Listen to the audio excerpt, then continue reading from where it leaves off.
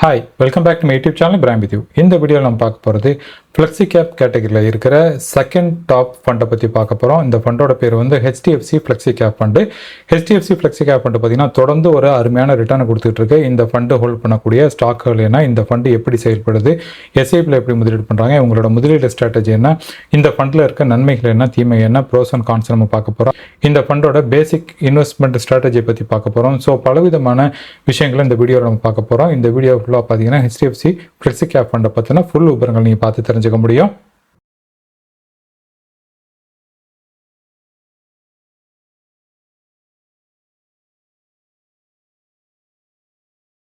Suppose நீங்கள் mutual ஃபண்டில் உங்களுக்கு எதுவும் சந்தேகம் இருந்துச்சுன்னா, அல்லது உங்களோட ஏற்கனவே நீங்கள் பண்ணிகிட்டு இருக்க முதலீடுகள்லாம் சரியாக இருக்கா, அல்லது அதை மாற்றி அமைக்கணும் நீங்கள் விரும்புனீங்கன்னா என்கிட்ட 1-to-1 செஷன் நீங்கள் புக் பண்ணிவிட்டு என்கிட்ட நீங்கள் கன்சல்ட் பண்ணிக்கலாம்.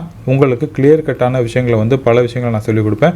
அது மாத்திரம் இல்லாமல் எப்படி வந்து ஸ்ட்ராட்டஜிக்கலாக வந்து நம்ம முதலீடு பண்ணணும், எந்த டயத்தில் எப்படி முதலீடு பண்ணணும், என்ன மாதிரியான போர்ஷன்ஸில் நம்மளோட முதலீடு வச்சுக்கணும் அப்படிங்கிறத ஃபுல் டீட்டெயிலான ஒரு விளக்கமாக இருக்கும். நீங்கள் அதை மிஸ் பண்ணாமல் ஜாயின் பண்ணுங்கள். சப்போஸ் நீங்களும் மியூச்சுவல் ஃபண்டில் முதலீடு பண்ணி உங்களோட ஃபினான்ஷியல் ஃப்ரீடம் நீங்கள் அடையணும்னு விருப்பப்பட்டீங்கன்னா, நான் எப்படி அந்த ஃபினான்ஷியல் ஃப்ரீடத்தை அடைஞ்சனோ என்ன மாதிரியே நீங்களும் முதலீடு பண்ண விருப்பப்பட்டீங்கன்னா, இந்த 1 கோடி ரூபாய் இலக்கு அப்படிங்கிறத ஒரு கோர்ஸ் வந்து நான் லான்ச் பண்ணியிருக்கேன். அந்த கோர்ஸில் சேர்றதன் மூலம் நீங்கள் என்னோட ஓன் போர்ட்ஃபோலியோவில் நான் எப்படி முதலீடு பண்ணுறேன், என்ன மாதிரி போர்ஷன்ஸில் முதலீடு பண்ணுறேன், அதை தெரிஞ்சுக்கிட்டு நீங்களும் முதலீடு பண்ணி உங்களோட வெல்த்தை நீங்கள் கிரியேட் பண்ணிக்க முடியும். சப்போஸ் மியூச்சுவல் ஃபண்டை பற்றி உங்களுக்கு பெரிய நாலேஜ் இல்லாகட்டி எவ்ரிதிங் அபவுட் ஈக்விட்டி ஃபண்ட் அப்படிங்கிற இந்த கோர்ஸில் நீங்கள் ஜாயின் பண்ணுறது மூலம் மியூச்சுவல் ஃபண்டில் A to Z நீங்கள் தெரிஞ்சுக்க முடியும்.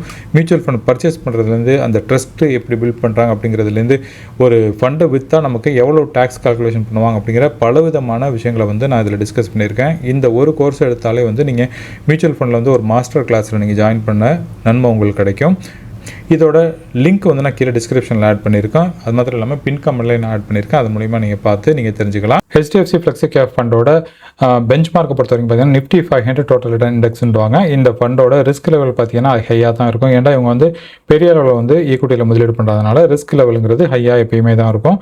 ஃப்ளெக்ஸி கேப் ஃபண்டில் என்ன ஒரு வித்தியாசம் அப்படின்னு பார்த்தீங்கன்னா, ஃப்ளெக்ஸி கேப் பொறுத்த வரைக்கும் large cap, mid cap, small cap அப்படிங்கிற 3 வகையான கேட்டகரி இருக்கும். இதில் ஃபண்ட் மேனேஜர் அந்த மார்க்கெட்டுக்கு என்ன தீர்மானிக்கிறாரோ, அதாவது மார்க்கெட் வந்து சில சமயங்கள் வந்து வீழ்ச்சியில் இருந்துச்சுன்னா லார்ஜ் கேப்பில் பெரிய அளவில் முதலீடு பண்ணுவார். சில சமயங்கள் பார்த்தீங்கன்னா மிட் கேப்லையும் ஸ்மால் கேப்லையும் வந்து அது வளர்றதுக்கு வாய்ப்பு இருக்கிறப்ப மிட் கேப்லையும் ஸ்மால் கேப்லையும் கொஞ்சம் அதிகரித்து முதலீடு பண்ணுவார். ஸோ அவரோட விருப்பத்துக்கு தகுந்த மாதிரி மார்க்கெட் எப்படி ரியாக்ட் பண்ணுதோ அதற்கு தகுந்த மாதிரி தங்களோட முதலீடுகள் அமைச்சுக்குவாங்க. இதில் எந்த ரெஸ்ட்ரிக்ஷன்ஸும் கிடையாது. மற்றபடி ஒரு மல்டி கேப் ஃபண்டில் போய் நீங்கள் முதலீடு பண்ணீங்கன்னா அவங்க ஸ்மால் கேப்பில் 25%, லார்ஜ் கேப்பில் 25%, அப்புறம் மிட் கேப்பில் 25% கம்பல்சரியாக முதலீடு பண்ணணும். அதுக்கப்புறம் ஃபண்ட் மேனேஜர் என்ன தீர்மானிக்கிறாரோ அதற்கு தகுந்த மாதிரி அவங்க முதலீடு பண்ணுவாங்க. ஸோ இது ரெண்டுக்கும் உள்ள வித்தியாசம் என்னங்கிறது உங்களுக்கு புரிஞ்சிருக்கும். இந்த ஃபண்டோட இன்வெஸ்ட்மெண்ட் ஸ்ட்ராட்டஜியை பொறுத்த வரைக்கும் பார்த்தீங்கன்னா, இது எந்த ஸ்டாக் எல்லாம் வந்து ஒரு அண்டர் வேல்யூடாக இருக்கோ அப்படிப்பட்ட ஸ்டாக்களை தேர்ந்தெடுத்து முதலீடு பண்ணுவாங்க. அது மாத்திரம் இல்லாமல் லாங் டர்மில் வந்து இன்வெஸ்டருக்கு ஒரு வெல்த்தை கிரியேட் பண்ணி கொடுக்கக்கூடிய திட்டங்களை பார்த்து இவங்க முதலீடு பண்ணுவாங்க. இவங்களோட போர்ட்ஃபோலியோ வந்து நான் சொன்னது மாதிரி large cap, mid cap, small கேப்ங்கிறது இருக்கும்.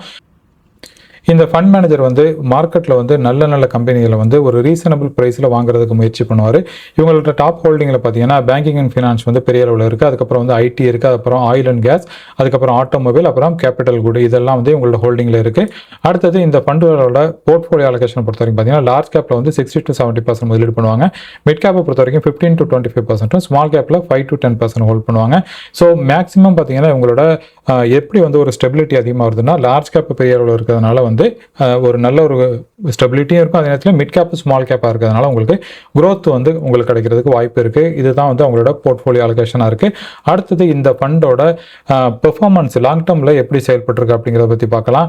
கடந்த 5 வருடங்களில் பார்த்தீங்கன்னா இவங்களோட இந்த ஃபண்டு கொடுத்த பெர்ஃபார்மன்ஸ் வந்து 18-20% CAGR படி, கேகர் படி வருமானம் கொடுத்துருக்கு. அதே நேரத்தில் 10 வருடங்கள் நம்ம பார்க்குறப்ப 15-17% வந்து இது ரிட்டர்ன் கொடுத்துருக்கு. ஸோ இப்படி கான்ஸ்டண்ட்டாக வந்து ரிட்டர்ன் கொடுக்கறதுனால நம்மள மாதிரி முதலீட்டாளர் பெரிய அளவில் இந்த ஃபண்டில் முதலீடு பண்ணிட்டு இருக்காங்க. இந்த ஃபண்டோட AUM சைஸை பொறுத்த வரைக்கும் பார்த்தீங்கன்னா கிட்டத்தட்ட வந்து ஒரு 97,000 crores மேலே வந்துருச்சு. ஸோ அப்படி மக்களோட நம்பிக்கையை பெற்ற ஒரு ஃபண்டாக இருக்குது. லாங் டர்மை பொறுத்த வரைக்கும் நல்ல ஒரு பெர்ஃபார்மன்ஸ் கொடுத்துட்டு இருக்கு. அடுத்தது இந்த ஃபண்டோட எக்ஸ்பென்ஸ் ரேஷியோ பொறுத்த வரைக்கும் பார்த்தீங்கன்னா டைரக்ட் பிளானில் வந்து வெறும் 0.70 தான் இருக்குது. அதே நேரத்தில் ரெகுலர் பிளானில் போட்டிங்கன்னா 1.34 இருக்கும். ஆல்வேஸ் நீங்கள் ரெகுலர் பிளானில் முதலீடு பண்ணுறத தவிர்த்துக்கிட்டு டைரக்ட் பிளானில் எப்பயுமே முதலீடு பண்ணுங்கள். யாரெல்லாம் இந்த ஃபண்டில் முதலீடு பண்ணணும் அப்படின்னு கேட்டிங்கன்னா, யாரெல்லாம் வந்து வெல்த் கிரியேட் பண்ணணும்னு விருப்பப்படுறாங்களோ அவங்க இந்த திட்டங்களை தேர்ந்தெடுத்து முதலீடு பண்ணலாம். அது மாத்திரம் இல்லாமல் யாரெல்லாம் வந்து ஒரு 5லேருந்து 10 வருஷம் தொடர்ந்து முதலீடு பண்ண முடியும் அப்படின்னு நினைக்கிறாங்களோ அவங்க இப்படிப்பட்ட திட்டங்களை முதலீடு பண்ணலாம். ஷார்ட் டேர்மில் பணத்தை போட்டுட்டு நஷ்டம் அடைஞ்சு கையை சுட்டுக்காதீங்க அப்படிங்கிறத நான் சொல்லுவேன்.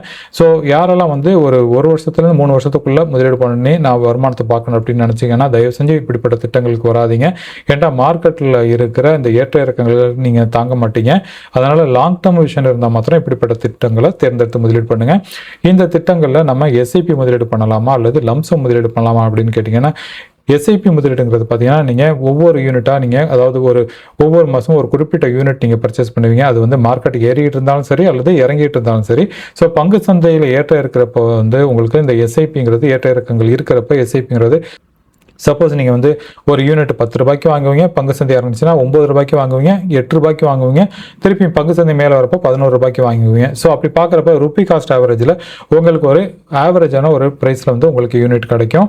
அதே நேரத்தில் லம்சம் முதலீடு பண்ணுறதற்கு இது சரியான நேரமா அப்படின்னு கேட்டிங்கன்னா, இப்போ மார்க்கெட் நல்ல கரெக்ஷன் மோடில் இருக்குது. இந்த கரெக்ஷன் மோடில் சப்போஸ் உங்கள்கிட்ட கேஷ் இருந்துச்சுன்னா உங்கள் கேஷை வந்து 4ஆகவோ அல்லது 5ஆகவோ பிரிச்சுக்கிட்டு முதலீடு பண்ணுங்கள். சப்போஸ் நீங்கள் ஒரு 1 லட்ச ரூபாய் முதலீடு பண்ண விருப்பப்பட்டீங்கன்னா ஒரு 20,000 ரூபாய் இப்போ நீங்கள் பார்க் பண்ணலாம். அதுக்கப்புறம் வந்து திருப்பி பங்கு சந்தை வந்து இந்த வார் கிரைசிஸ் வந்து இன்னும் அதிகரிக்கும் பட்சத்தில், மேலும் கிராஷ் வரும் பட்சத்தில் நீங்கள் எகெயின் நீங்கள் பார்க் பண்ணலாம். ஸோ இப்படி ஒவ்வொரு ஃபால்லையும் நீங்கள் கொஞ்சம் கொஞ்சமாக நீங்கள் பார்க் பண்ணலாம். அதுக்காக வந்து இன்றைக்கி ஒரு 2% ஃபால் ஆனிச்சு அதில் போய் முதலீடு பண்ணுறேன், அடுத்தது இன்னும் ஒரு 4 நாளைக்கு போய் திருப்பி முதலீடு பண்ண அப்படின்ட்டு இல்லாமல் ஒரு மார்க்கெட்டில் ஒரு 2000 பாயிண்ட் தொடர்ந்து 2 நாளில் ஒரு 2000 பாயிண்ட் விழுவுதா அப்படிங்கிறத பார்த்துக்கிட்டு அப்படி ஒரு வாய்ப்பு கிடச்சிச்சின்னா முதலீடு பண்ணுங்கள். அல்லது சின்ன சின்ன ஃபாலை பார்த்துட்டு முதலீடு பண்ணாதீங்க அப்படிங்கிறத நான் சொல்லுவேன். இந்த ஃபண்டில் முதலீடு பண்ணுறதோட ப்ரோஸ் என்ன அப்படிங்கிறத பற்றி பார்க்கலாம். நல்ல ஒரு எக்ஸ்பீரியன்ஸான fund house, long term history வந்து நிறைய ஃபண்ட் மேனேஜர் வந்து இதில் செயல்பட்டு இருக்காங்க. ஃப்ளெக்ஸி கேப்பை பொறுத்த வரைக்கும் பார்த்தீங்கன்னா நான் சொன்னது மாதிரி அலோகேஷன் வந்து டிஃப்ரெண்ட்டாக இருக்கும். லாங் டேர்முக்கு நல்ல ஒரு ஃபண்டு, அது மாத்திரம் இல்லாமல் நல்ல ஒரு உங்களோட போர்ட்ஃபோலியோ பார்த்தீங்கன்னா நல்ல ஒரு டைவர்சிஃபிகேஷன் இருக்குது. இந்த ஃபண்டில் கான்ஸ் என்ன இருக்குது அப்படின்னு பார்த்தீங்கன்னா, இந்த ஃபண்டில் இருக்கிற அந்த க்ரோத் ஸ்டாக்கில் வந்து அதாவது அண்டர் பர்ஃபார்ம் பண்ணுறதுக்கு வாய்ப்பு இருக்குது அப்படின்னு சொல்கிறாங்க. அது மாத்திரம் இல்லாமல் வேல்யூ ஸ்டைலில் பார்த்தீங்கன்னா எப்பயுமே வந்து இது கொஞ்சம் நேரம் எடுத்து தான் முதலீடு பண்ணி அவங்க உங்களுக்கு ரிட்டர்ன் கொடுப்பாங்க அப்படிங்கிறத சொல்கிறாங்க. பட் இருந்தாலும் நம்ம HDFC ஃப்ளெக்ஸி கேப் ஃபண்டில் வந்து ஒரு நல்ல ஒரு கன்சிஸ்டன்டான ஒரு ரிட்டர்ன் நம்ம பார்த்துக்கிட்டு இருக்கோம். அதற்கு அடுத்ததாக பார்த்தீங்கன்னா இந்த ஃபண்டில் வந்து ஒரு ஃபண்ட் மேனேஜர் மாறி இருக்காங்க, அது ஒரு கான்ஸாக இருக்குது. பட் இந்த ஃபண்டுக்கு இன்னும் ஃபண்ட் மேனேஜர் யார் வர்றாங்களோ அவங்க திருப்பி இந்த ஃபண்டை வந்து நல்லபடியாக எடுத்துகிட்டு போகும் பட்சத்தில் நல்ல ஒரு ரிட்டர்னை பார்க்க முடியும்.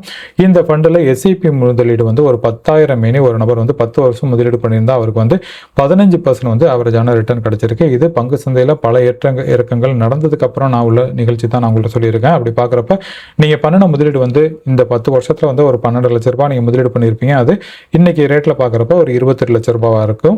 ஸோ அப்ராக்சிமேட்டான உள்ள விஷயங்கள் தான் இது. ஸோ இப்படியெல்லாம் வந்து ஃபியூச்சர்லேயும் அஷ்யூராக கிடைக்குமா அப்படின்னு கேட்டிங்கன்னா அதெல்லாம் கிடையாது. ஏன்னா பங்கு சந்தை முதலீடுங்கிறது நீங்கள் ஏற்ற இறக்கங்களுக்கு உட்பட்டது. லாங் டேர்ம் வச்சுட்டு நீங்கள் முதலீடு பண்ணுறப்ப உங்களுக்கு ஒரு நல்ல ஒரு பெனிஃபிட் கிடைக்கும் அப்படிங்கிறத நம்ம ஒரு லாங் டேர்ம் ஹிஸ்ட்ரி நம்ம இந்த ஃபண்டில் பார்த்தாச்சு.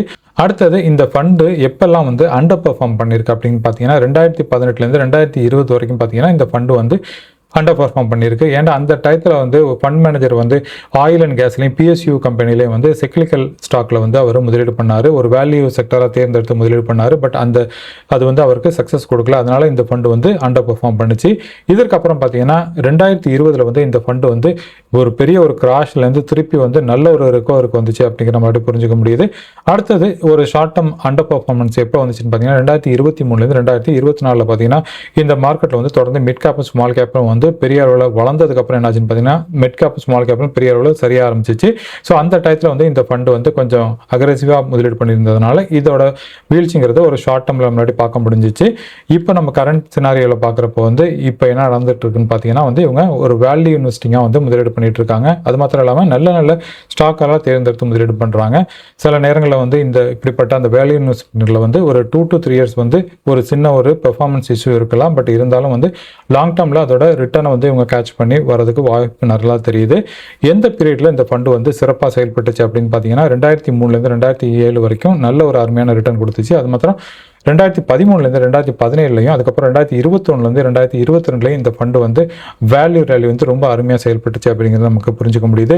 ஸோ ஓவராலாக நம்ம பார்க்குறப்ப ஹெச்டிஎஃப்சி ஃப்ளெக்ஸி கேப்பில் உள்ள நம்ம என்னென்ன விஷயங்களை பற்றி பார்த்தோம், இந்த ஃபண்டில் பெர்ஃபார்மன்ஸ் எப்படி இருக்குது, இந்த ஃபண்டோட இன்வெஸ்ட்மெண்ட் ஸ்ட்ராட்டஜி என்னங்கிறத பார்த்தோம், யாருக்கு இந்த ஃபண்டு சரியாக இருக்கும், யார் இந்த ஃபண்டில் முதலீடு பண்ணக்கூடாது, எஸ்ஐபி முதலீடு பண்ணுறவங்க என்ன பண்ணணும், இது லம்சம் முதலீடு பண்ணுறதுக்கு நல்ல டைமா அப்படிங்கிற எல்லா விதமான விஷயங்களை நான் உங்கள்கிட்ட ஷேர் பண்ணியிருந்தேன். எந்த பீரியடில் இந்த ஃபண்டு வந்து அண்டர் பெர்ஃபார்ம் பண்ணிச்சு, எந்த பீரியடில் இந்த ஃபண்டு வந்து சூப்பராக பெர்ஃபார்ம் பண்ணிச்சு அப்படிங்கிற அந்த விஷயங்களை பற்றி நான் சொல்லியிருந்தேன்.